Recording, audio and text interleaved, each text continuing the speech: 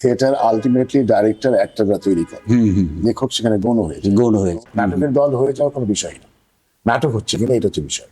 নাটকের অর্ধেক জায়গার কথা যদি বলেন, কখনোই এটা খুবই বেশি স্বাচ্ছন্দ্যের জায়গা ছিল না, খুবই বেশি পরিবেশ বান্ধব অথবা সমাজ বান্ধব কখনোই ছিল না। আসলে আপাতকালীন যারা আছেন তারা আসলে তাদের ওই সামর্থ্যটা নাই যে একটা দেশের আর্ট কালচার লিটারেচার এটা কোন দিকে কিভাবে যাবে, এই সামর্থ্যটা আমাদের নাই। ওনাদের কোনো দূরদর্শিতা নাই, দূরদর্শিতা থাকার কথাও না, কারণ ওনারা আস্তে আসছেন চলে যাবেন। সমাজটাকে বিচ্ছিন্ন করে ফেলেছে, সমাজটাকে আর্ট কালচার থেকে বিচ্ছিন্ন করে ফেলছে অথবা হয়ে যাচ্ছে। পরে আমরা বিএনপি পাওয়ার দেখেছি, আওয়ামী লীগ দেখেছি।